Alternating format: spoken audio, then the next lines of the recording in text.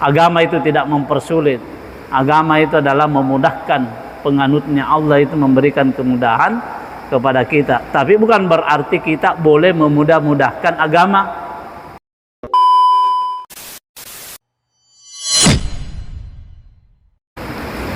Alhamdulillahirabbil alamin.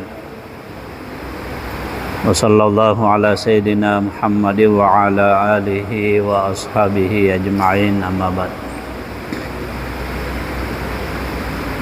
Qala al-musannif rahimahullahu ta'ala wa nafa'ana bi ulumihi fid dharain.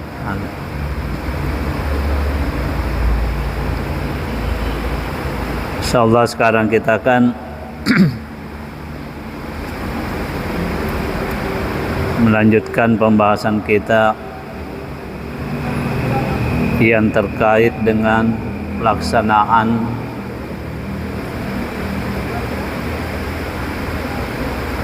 salat yang dijamak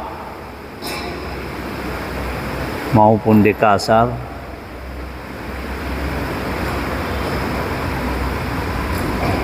apakah itu di jamak takdim maupun di jamak takhir. Sekarang kita berada pada akhir pembahasan tersebut.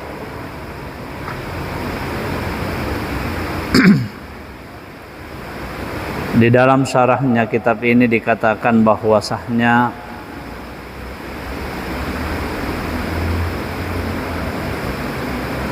menjamak dan mengkasar salat itu ternyata masih tetap disunnatkan untuk melakukan salat rawatib,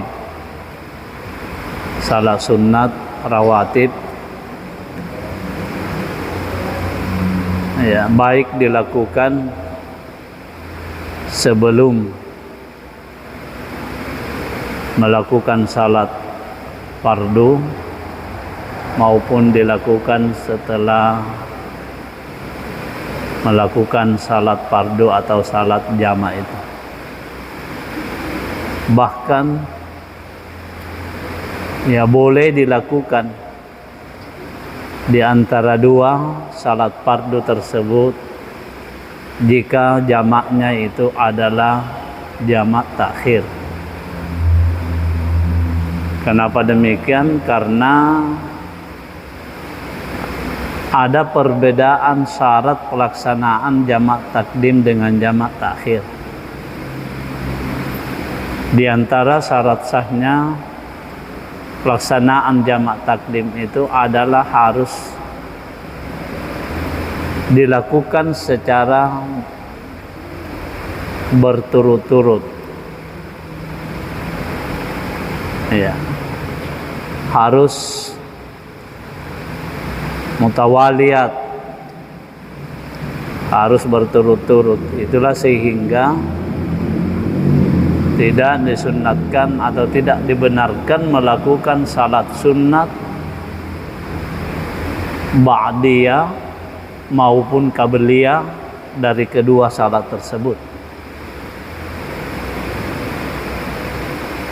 Namun kalau salat itu adalah dijamak dengan jamak takhir, maka persyaratan mutawaliyat itu tidak berlaku, sehingga memungkinkan kita melakukan salat sunnat ba'diyah dari salat yang pertama atau salat sunnat qabliyah dari salat yang kedua. Ingat, yang dimaksud salat yang pertama itu kalau duhur dengan asar berarti salat duhurnya. Sementara salat yang pertama kalau maghrib dengan isya adalah salat maghribnya. Ini terkadang muncul pertanyaan, masihkah kita disunnatkan melakukan salat sunnat atau masih adakah salat sunnatnya ketika kita menjamak dan mengkasar salat itu? Nah, berdasarkan apa yang kita baca di sini, itu tetap disunnatkan. Di dalam tatimmah, dalam syarah ini dikatakan, idza jama'a zuhra wal asra qaddama sunnata az-zuhur qaddama sunnata az-zuhri allati qablaha. Ini walahu ta'khiruha sawa'un ajama'a taqdiman am ta'khiran.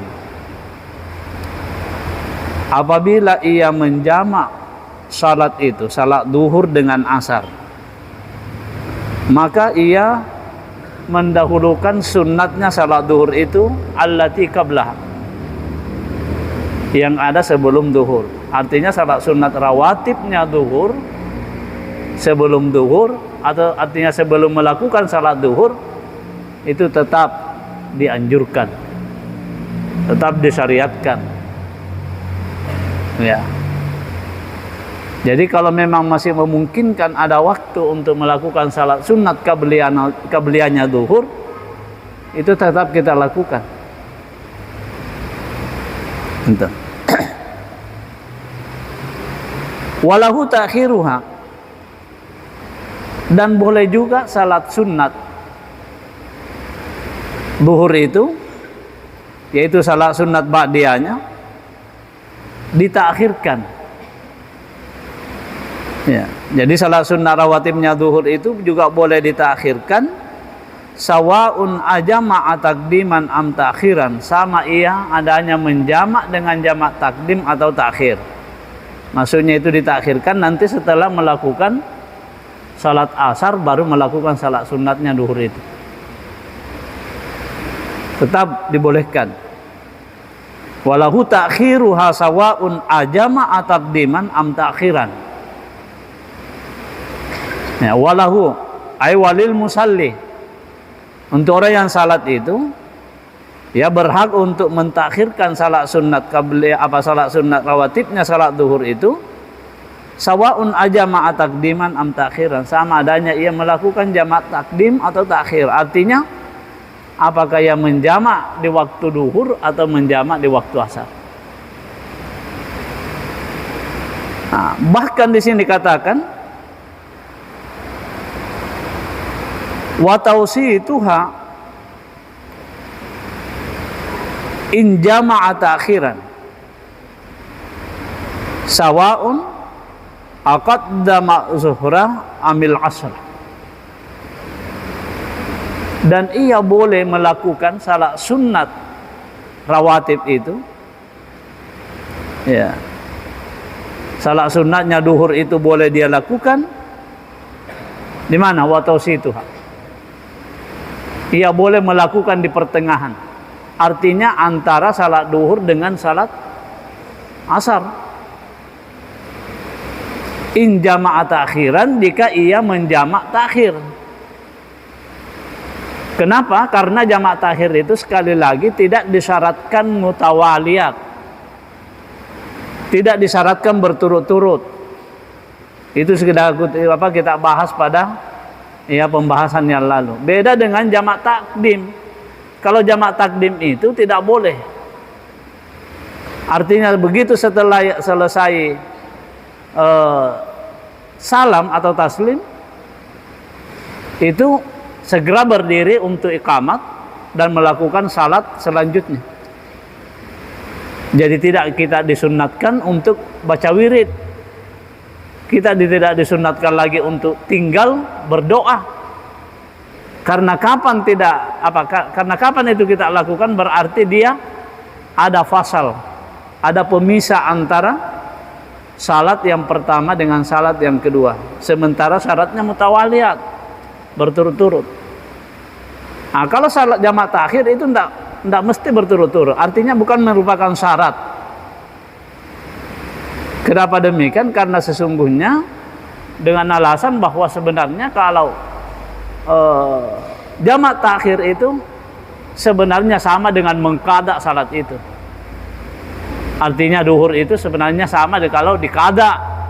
Sementara mengqada salat itu tidak mesti berurutan dengan salat atau yang mempunyai waktu salat pada waktu itu, apakah asar atau isya. Yang penting dilakukan pada waktu asar atau waktu isya. Itu bedanya. Jadi sini musannif mengatakan wa tausituha in jama'at akhiran sawaun aqaddama zuhra amil asra. Ia boleh ia melakukan salat sunnah rawatibnya duhur itu antara duhur dengan asar in jama'at akhiran, jika ia menjamak dengan jamak takhir. Tuh. Sama apakah ia melakukan salat duhur kemudian asar ataukah asar kemudian duhur. Kenapa? Karena kalau jamak takhir itu boleh salat pertama didahulukan, boleh juga salat yang kedua. Maksudnya kalau duhur dengan asar di jamak takhir boleh asar dulu dilakukan kemudian duhur, boleh juga duhur baru asar. Beda kalau jamak takdim. Kalau jamak takdim itu harus didahulukan salat yang pertama. Duhur dengan asar harus duhur dulu baru asar, tidak boleh asar baru duhur. Maghrib dengan isya jamak takdim harus maghrib dulu baru duhur. Tapi kalau jamak takhir, maghrib dengan isya terserah. Mau melakukan salat isya dulu baru salat maghrib boleh, mau maghrib baru isya boleh juga. Nah kalau jamak takhir ini boleh melakukan salat sunat rawatib di antara salat pertama dengan salat yang kedua itu. Ingat, yang dimaksud salat pertama adalah salat duhur. Kalau duhur dengan asar, ya maghrib adalah salat pertama kalau maghrib dan isya yang dijamak. Itu jadi intinya masih disyariatkan, masih disunnatkan melakukan salat sunnat rawatib selama masih memungkinkan waktunya. Ya.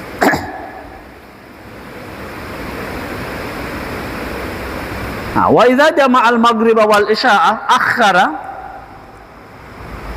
ya sunnatahuma. Apabila ia menjamak salat maghrib dan isya, maka ia mentakhirkan atau mengakhirkan sunnat keduanya, yaitu sunnat maghrib dan isya.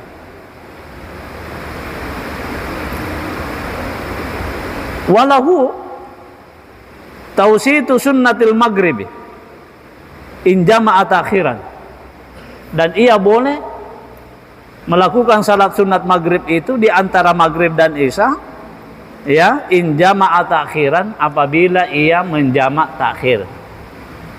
Itu sekali lagi, karena kalau jamak takhir tidak mesti berturut-turut antara salat pertama dan salat yang kedua.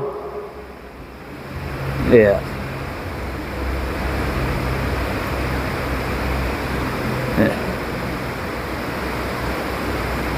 Wa qaddamal maghrib, ada yang mendahulukan salat maghrib. Wa tausitu sunnatil isya in jama'at akhiran, boleh juga melakukan antara salat isya maghrib dan isya itu salat sunnatnya isya in jama'at akhiran, apabila ia menjamak takhir. Artinya boleh melakukan di antara maghrib dan isya itu. Wa ma siwa dzalika mamnu, selain daripada itu dilarang atau tidak dibenarkan.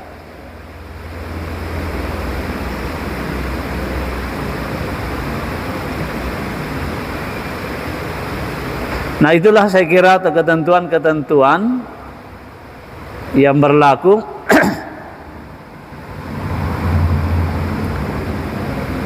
atau yang terkait dengan pelaksanaan salat jamak kasar maupun salat jamak, baik di jamak tanpa di kasar maupun di jamak sekaligus di kasar. Intinya tadi ada namanya jamak takdim, ada jamak takhir. Ya, ketentuannya ada perbedaan syarat sahnya antara jamak takdim dengan jamak takhir. Selanjutnya kita akan masuk pada bab selanjutnya, babu salatil jum'ati, bab tentang pelaksanaan atau tentang salat Jumat. Ya. Ini kata Jumat, kalau di dalam Al-Quran mimnya itu di dhammah, Jum'ati, mi yaumil Jum'ati.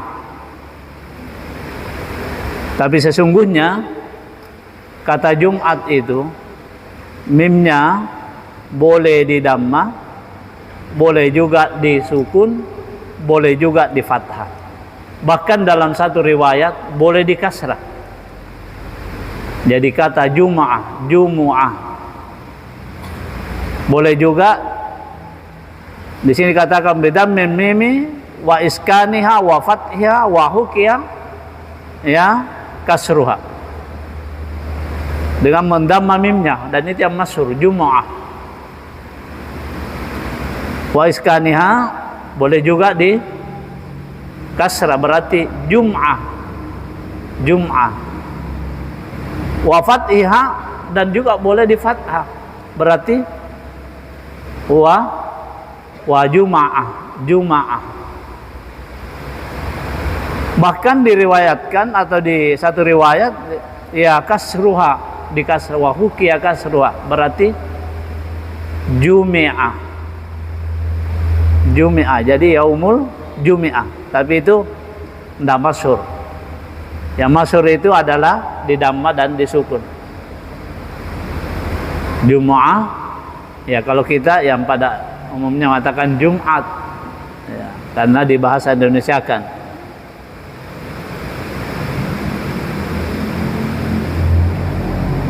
Nah, kenapa dikatakan Jum'ah? Jum'ah, yaumul Jum'ah itu atau salat Jumat itu dikatakan Jum'ah.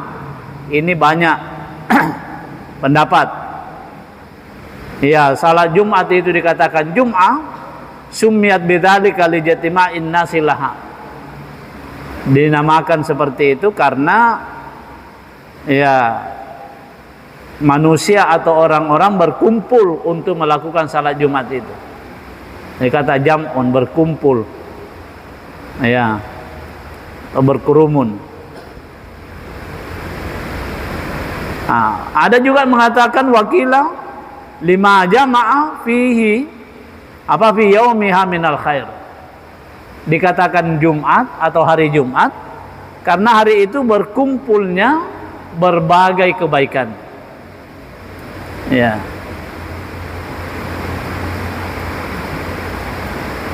Ada yang mengatakan ya karena pada hari itu diciptakan Adam ya, dan pada hari itu juga ya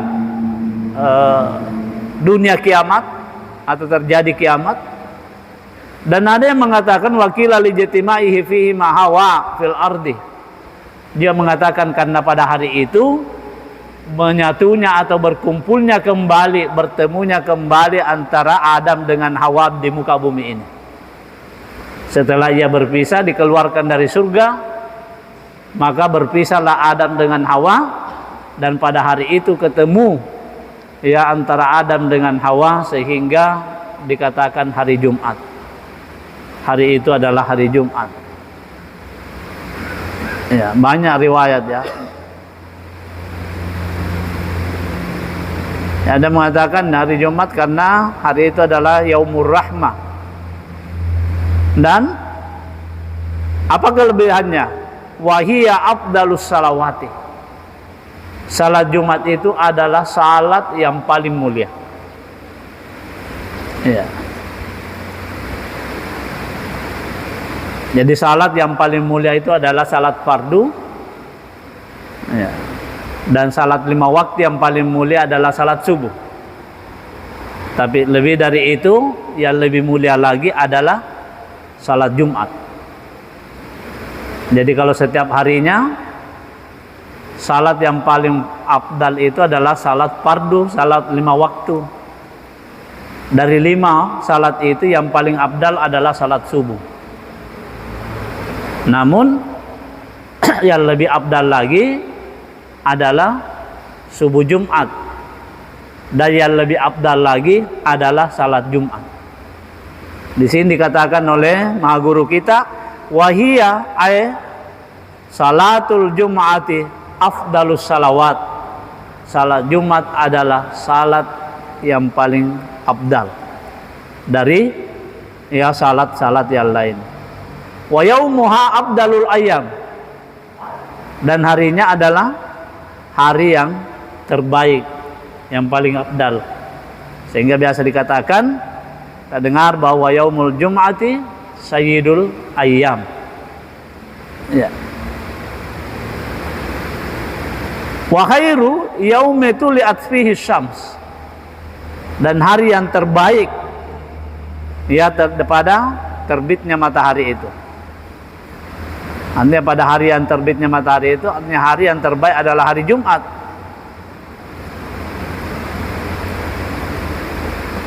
Bahkan ada yang riwayat mengatakan man mata fihi kataballahu ya ajra syahidin. Siapa yang meninggal pada hari Jumat itu, maka ia diberikan ya pahala seperti pahalanya orang yang syahid. Kalau dia meninggalnya pada hari Jumat. Tapi tentunya ini dilihat fi'il madinya. Artinya kalau memang perbuatannya itu sebelum meninggal perbuatan baik, artinya dia senantiasa beramal saleh. Tapi kalau fi'il madinya perbuatannya sebelum meninggal maksiat terus, bagaimana mungkin dia bisa mendapatkan pahala seperti pahalanya orang yang syahid? Tentu ya dilihat bagaimana kelakuannya sebelum ia meninggal. Ya. Kan berarti bahwa siapapun juga mau salat mau tidak, yang penting dia meninggal hari Jumat, maka ia sama dengan orang yang syahid. Itu tidak mungkin itu. Ya.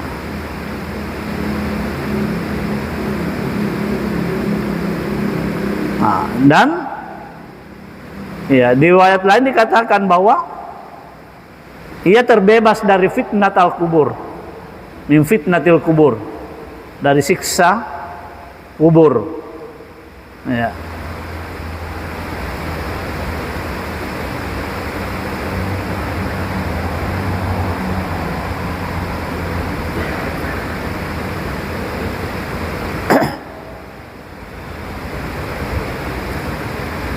Dalam hadis ya Abu Lubana bin Abdul Munzir, hadis ini adalah hadis marfu, dikatakan yaumul jum'ati sayyidul ayyami wa azamuha. Hari Jumat itu adalah ya sayyidul ayyam, pemimpinnya ya para hari, dan ia merupakan hari yang teragung. Ya, wa azamu indallahi mi yaumil fitri wa yaumil adha. Bahkan dalam riwayat ini dikatakan bahwa ya hari Jumat itu lebih agung daripada hari Idul Fitri maupun Idul Adha. Ya. Sini dikatakan seperti itu. Ya, wa azamu indallahi mi yaumil fitri wa yaumil adha.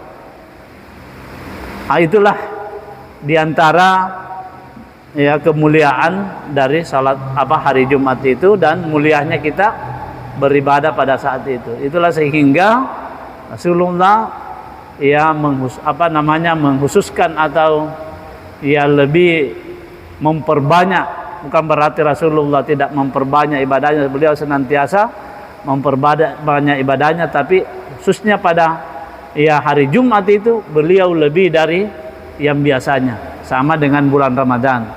Dan itu juga yang dianjurkan atau yang disyariatkan bagi kita, bagaimana pada hari Jumat itu kita lebih meningkatkan lagi ibadah kita. Jadikan hari Jumat itu sebagai hari ibadah. Ya, dan ingat ya yaumul Jumat itu masuknya inda ghurubis syamsi, ya pada saat terbenamnya matahari di hari Kamis itu sudah masuk yaumul Jum'ah. Jadi jangan dipikir bahwa yaumul Jum'ah itu nanti setelah salat subuh pada hari Jumat itu. Yaumul Jum'ah itu masuk pada saat terbenamnya matahari, pada saat masuknya waktu maghrib. Karena perpindahan hari Kamaria itu adalah pada saat terbenamnya matahari. Jadi pada saat itu disunatkan kita membaca surat Al-Kahfi. Itu kan sudah jelas hadisnya itu. Jadi jangan nanti dianggap bahwa membaca surat Al-Kahfi itu nanti kita melakukan atau mengamalkan sunnah Nabi itu kalau kita melakukan pada hari Jumat. Maksudnya pada pagi Jumat itu sudah mulai pada saat maghrib. Jadi sudah salat maghrib sudah masuk. Perbanyak selawat, perbanyak istighfar. Karena itu sudah masuk yaumul Jum'ah. Ya. Hari Jumat. Karena hari itu ya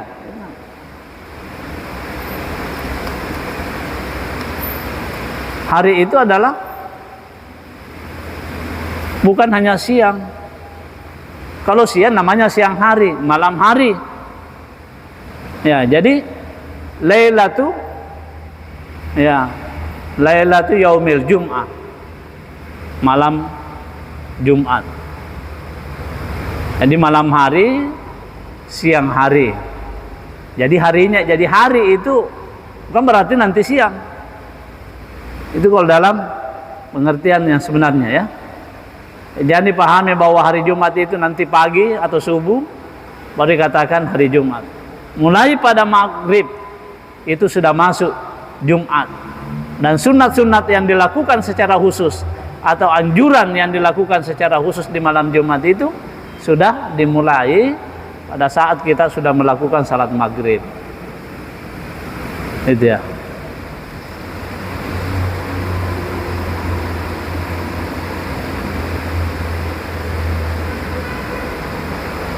Ya banyak di sini riwayat yang menunjukkan betapa mulianya hari Jumat itu. Dan lanjut, innama tata'ayyanu ala kulli mukallafin hurrin zakarin muqimin bila maradin wa nahwihi. Wala jumu'ata ala ma'dzurin bimurakhasin fi tarkil jama'ati wal mukatabi wa kadza man ba'duhu raqiqun ala sahih.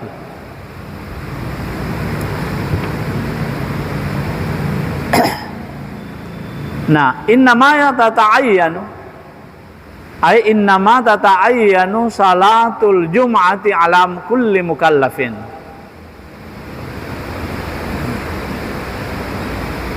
Innama tata'ayyanu ay tajibu. Ya.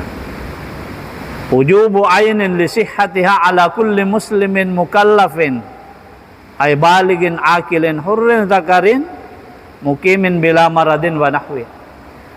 Sesungguhnya ya wajib atau jelas wajibnya salat Jumat itu ala kulli mukallafin, bagi setiap mukallaf.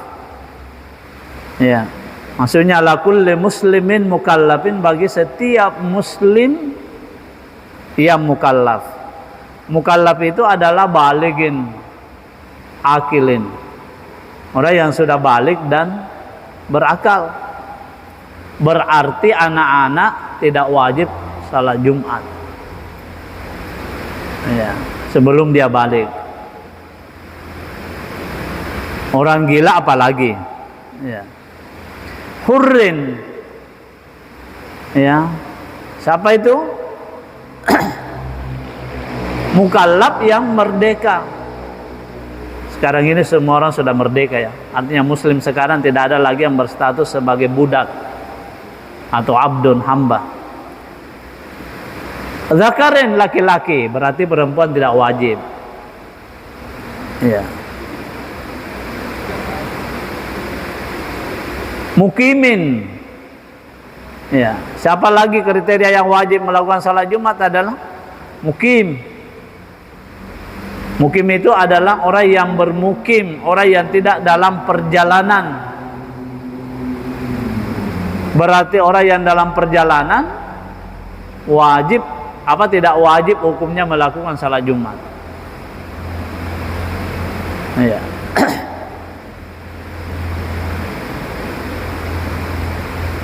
Nah, tentu dalam hal ini kita sudah bahas dulu sampai kapan dibenarkan oleh orang menjamak dan mengkasar salat itu dalam perjalanan. Kalau sudah tiba di tempat tujuan, kalau Imam Syafi'i itu adalah batas maksimalnya 3 hari. Kapan lewat 3 hari maka ya sudah harus itmam, sudah harus menyempurnakan salatnya, tidak boleh lagi menjamak dan mengkasarnya. Tidak boleh lagi mengkasar. Nah seperti itu juga salat Jumatnya.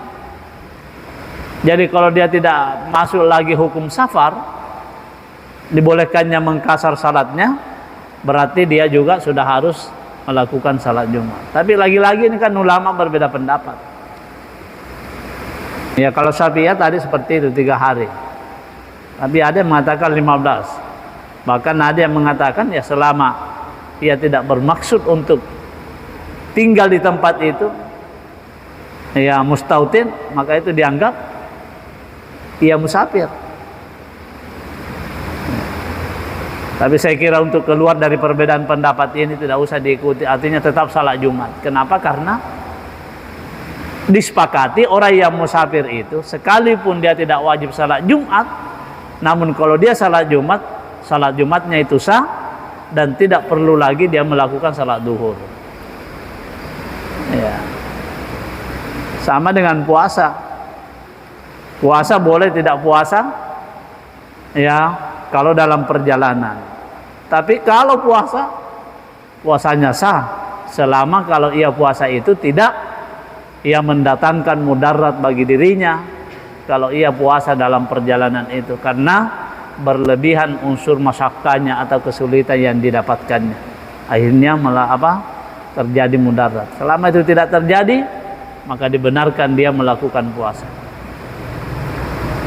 Nah, itu. Bila maradin, ya tanpa ia sakit, wa nahwihi dan semisalnya.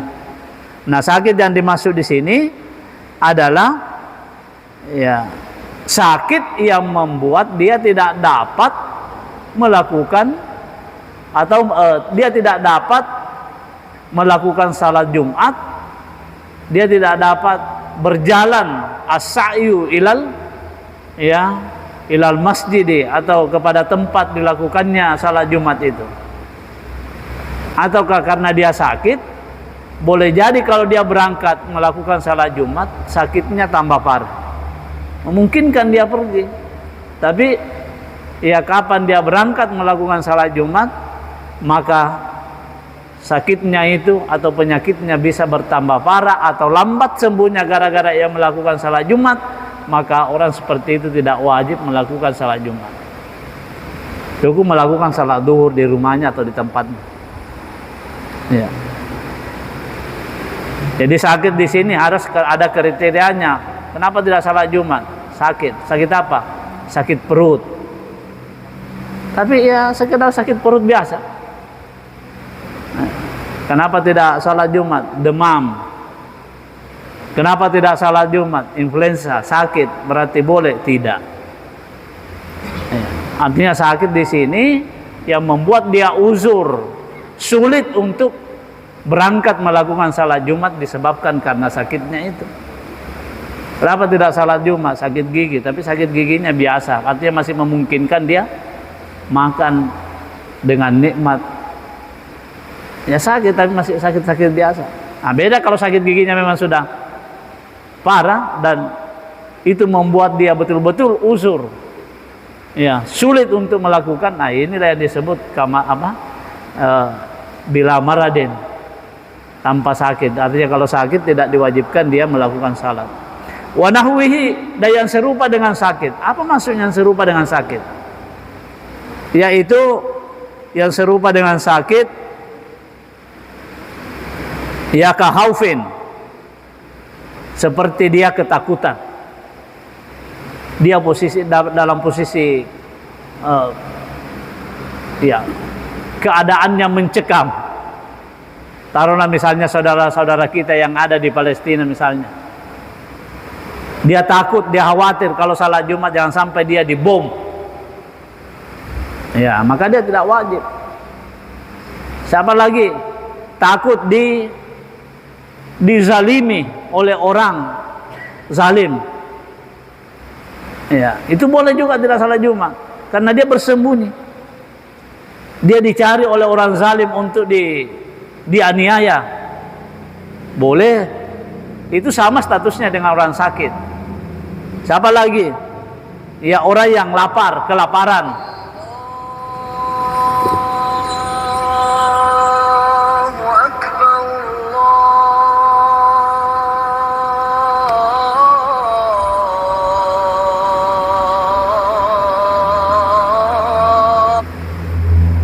Ya, orang yang kelaparan juga seperti sangat, artinya orang yang kelaparan artinya kalau dia tidak mencari makan, maka dia bisa sakit, bisa pinsang.